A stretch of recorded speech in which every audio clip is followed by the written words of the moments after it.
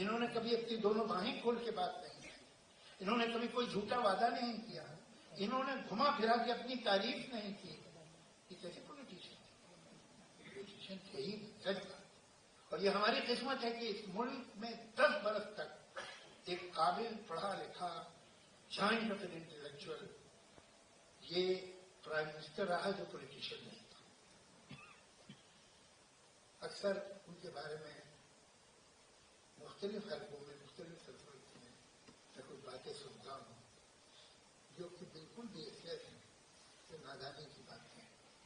बहुत से लोगों का ख्याल है जो शायद कभी जिंदगी में मिले भी नहीं थे उनसे कि बुनियादी तौर से मनमोहन सिंह जी अच्छे आदमी जो थे वो कमजोर आदमी थे और वो जरा हिम्मत से बात नहीं कर सकते, वो अपनी जगह पे नहीं है। फिर इससे ज्यादा गलत बात नहीं हो सकती जो लोगों ने करीब से जानते हैं। हमारे यहाँ हकीकी डेफिनेशन ही अलग है। यहाँ चिल्ला के बोलना बहादुरी है, यहाँ किसी को रूटली ह्यूमिलेट करने की कोशिश करना जो है वो एक शान की बात है। तो ये सारी खूबियां उनमें नहीं थी, लेकिन जो फैसले का वक्त आता था लोग भूल जाते हैं कि जब न्यूक्लियर पॉलिसी की बात थी उनकी जगह बड़े बड़े स्वर पर देखे मैंने जो या तो विड्रॉ कर लेते हैं या स्टैंडिंग कमेटी के ठंडे भत्ते में डाल देते उस बात को जो अलायंस को एक्सेप्टेड न हो। उन्होंने एक बहुत बड़ा अलायंस कुर्बान कर दिया, मगर अपनी जगह से हटे नहीं, इसकी जरूरत कम लोगों को होती है। उन्होंने जो कहा वो किया सही मामलों, और वो बात पॉपुलर है नहीं पॉपुलर है इसकी उन्हें परवाह नहीं की। इतने मैंने उन्हें एक आध में डिटेल में इसलिए नहीं जा सकूंगा कि इसमें कुछ पर्दानिशीनों के भी नाम आते हैं, तो मैं नाम लो के दूसरों को कहाँ एम्बेरस करूं। मैंने देखा है खुद किसी डेलीगेशन में जाके किसी ग्रुप के साथ जाके उनसे मिलते कि जब उन्हें वो बात सही नहीं लगी, उनकी आवाज इतनी भी ऊपर नहीं गई। वो जिस मुलायम लहजे में बोलते थे उसी में बोले, लेकिन उस मुलायम लहजे के पीछे लोहे की दीवार थी कि तुम इससे आगे जा नहीं सकते। ये उनकी शख्सियत थी, उनका एक अजीब ये ट्रेजेक्ट्री है कि वो कैसे यहां आ गए, कैसे वहां तक पहुंचे और किस तरह उन्होंने इस दुनिया को इस मुल्क को कितना बदला है इसका हमको अभी अंदाजा ही नहीं है। It will take us around 50 to 100 years to understand. मैं आपको एक अजीब सी मिसाल दूं, बेटों की भी वजह शायद।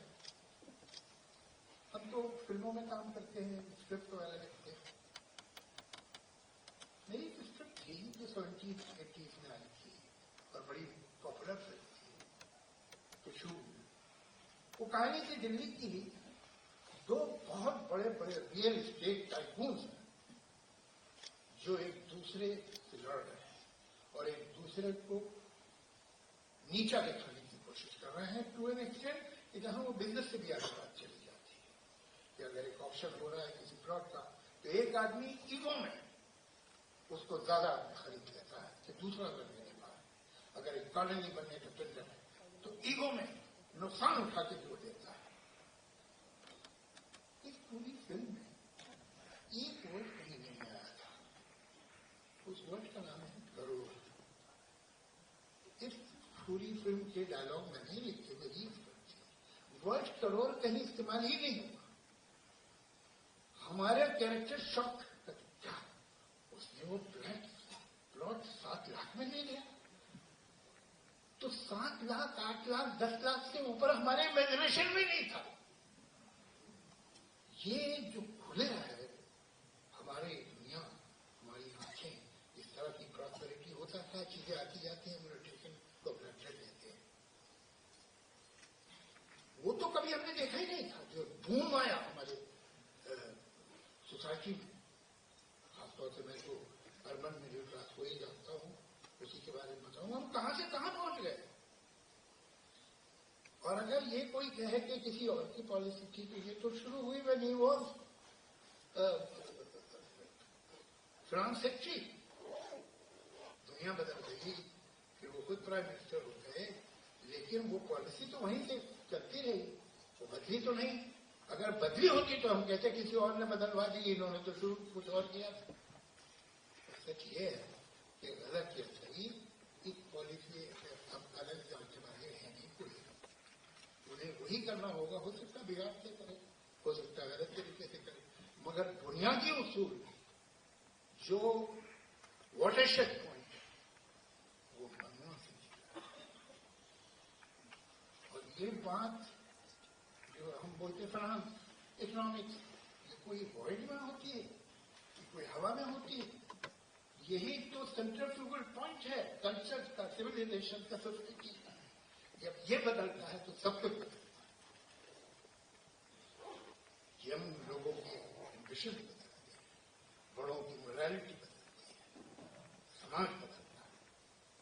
आज और आज से 40 साल पहले नौजवान ठीक नहीं, पॉसिबिलिटीज आज के आदमी को दिखती है, आज के नौजवान को यूथ को दिखती है, वो 40 साल पहले नहीं दिखती, 30 साल पहले। ये मुल्क चेंज हो गया है और किसी को नहीं मालूम कि किसने किया है। मनमोहन सिंह, ये चेंज इस कंट्री फॉर एवर। अब उनके जो तरीके हैं, उनके जो रास्ते हैं, उस पर कोई खड़ा जाए, कोई इसमें गड़बड़ करने की कोशिश करे, कोई हाईवेमैन बन जाए, वो सब अलग बात। रास्ता तो यही रहेगा। उनके बारे में कहा जाता है कोई तो कुछ कहते ही नहीं थे, बोलते ही नहीं थे वो। क्या होता है कि चिल्ला के ना बोले आदमी तो बहरे सुन नहीं पाते।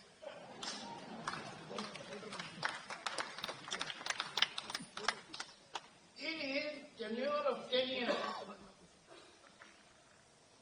he had more than 60 press conferences.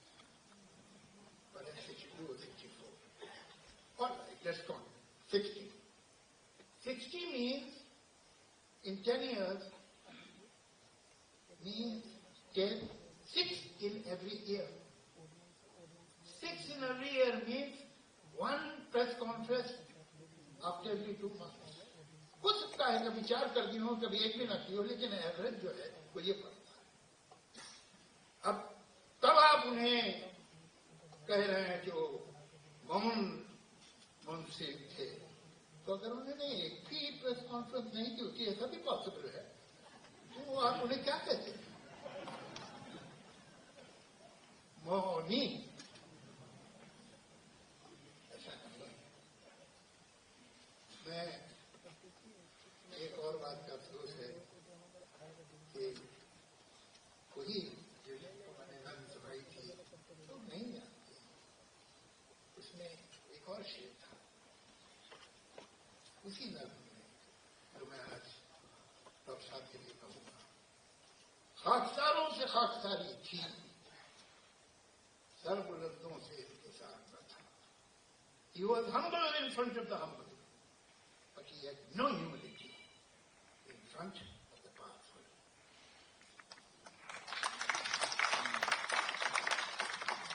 जो निशान उन्होंने हुकूमत पे, न सिर्फ इकोनॉमी पे, न सिर्फ हमारी फॉरेन पॉलिसी पे, न सिर्फ हिंदुस्तान के इंटरनेशनल स्टेटस पे, बल्कि हमारे कल्चर पे, हमारी तहजीब पे छोड़ा, वो धीरे धीरे उभरेंगे, धीरे धीरे हमारी नजर उन तक पहुंचेगी।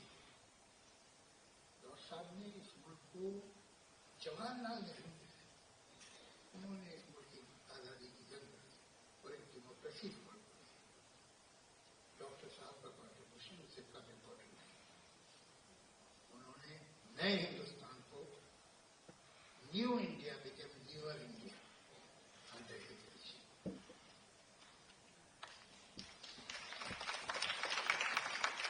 एक और बात है, हमारे पार्लियामेंट में ये मेरा पर्सनल प्रॉब्लम है, ऐसा लगता है कि पॉलिटिशियन इनकेपेबल है शेर सही करने।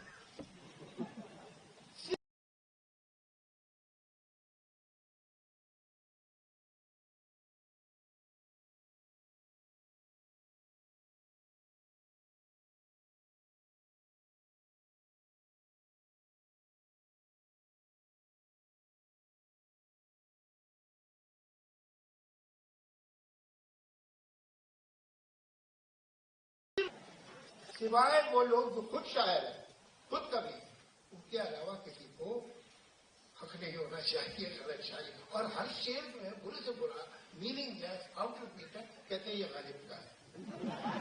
یہ کسی کا نام بتاؤں جو ایسا کر چکے ہیں، بہت بڑے بڑے لوگ. بہرحال وہ نہیں ہے، لیکن ان سے ہمیں کچھ سیکھنا چاہیے. اصول پہ چلنا، ہر سچ کا ساتھ دینا. سچ جو آپ کا سچ ہے، آپ ان سے ڈس ایگری کر سکتے ہیں. بہت سے لوگ شاید الگ رائے رکھیں گے اکانومی کے اور اس کے بارے میں، لیکن آپ ان کی آنےسٹی کو، ان کے ٹروتھ کو ڈینائی نہیں کر سکتے. That was it truth. جو بھی یہ بڑی بات انہوں نے، میں نہیں سمجھتا یہ عجیب بات تو ان کے بارے میں ایسا مشہور یا سمجھا جاتا ہے جو بہت کمپرومائز کرتے ہیں. بالکل کمپرومائز تہذیب تھی، تمیز تھی. آپ کو ایک بات بتاؤں ڈیموکریسی کیا ہے. ہم رائٹرز کا اور میوزیشین کا ہندوستان میں بڑا پرابلم رائلٹیز کا. تو ہم گئے سونیا گاندھی جی کے پاس، انہوں نے بتایا کہ یہ پرابلم ہے. تو کہ تو بہت سیریس بات ہے، آپ کے ساتھ بڑی نا انصافی ہوگی. میں بات کروں گی منموہن سنگھ جی سے اور آپ جا کے یہ وہی کر سکتے ہیں. تو انہوں نے ہمیں اپوائنٹمنٹ دلایا. میں پرسنلی جانتا تھا لیکن ڈیلیگیشن تو ہم گئے ان کے پاس. انہوں نے سنا اور یہ کہا کہ ہم تو آپ کی پوری مدد کریں گے اس لیے کہ بات صحیح وقت، لیکن آپ کو اپوزیشن سے بات کرنی ہوگی. یہ بھی کی مدد کے بغیر بات نہیں ہوگا. راجیہ سبھا میں انہوں نے کہا صاحب میں تو جانتا نہیں ہوں. ہاں جو راجیہ سبھا کے leader of the opposition Arun Jaitley صاحب ہیں، میں نہیں جانتا ہوں. انہوں نے کہا میں انہیں فون کر دوں گا، کہہ دوں گا پارلیمنٹ میں آپ جا کے بیٹھیں. اور ہم گئے اور ارون جیٹلی صاحب اتنی محبت و خلوص سے ملے اور انہوں نے کہا کہ اس کا جینٹلمین پرومس کہ میں آپ کو یہ پاس کر دوں گا، ریکمنڈیشن بھی کہیں گا. اور اس کے بعد ارون جیٹلی صاحب سے میرے بہترین ریلیشن ہمیں آلموسٹ آن فیملی لیول. یہ ہے ڈیموکریسی کی خوبصورتی کہ پرائم منسٹر آف انڈیا کہہ رہا ہے کہ وہ اپوزیشن سے مل لو تو ہم کہیں ہم نہیں جانتے تو میں بات کروں گا. یہ حسن ڈیموکریسی کا ہے، یہ برقرار ہے. کہ اگر کھو گیا ہے تو واپس آ جائے. ڈاکٹر صاحب کو اس سے بڑا ٹکٹ ہم نہیں دے پائے. نمسکار، میں ہوں مانک گپتا. اگر آپ کو ہمارا یہ ویڈیو پسند آیا ہو تو اسے لائک اور شیئر ضرور کریں. اور ہاں، ہمیں سبسکرائب اور فالو کرنا نہ بھولیں تاکہ آپ دیش اور دنیا کی کوئی خبر مس نہ کریں. تو جڑے رہیے ہمارے ساتھ اور دیکھتے رہیے نیوز 24.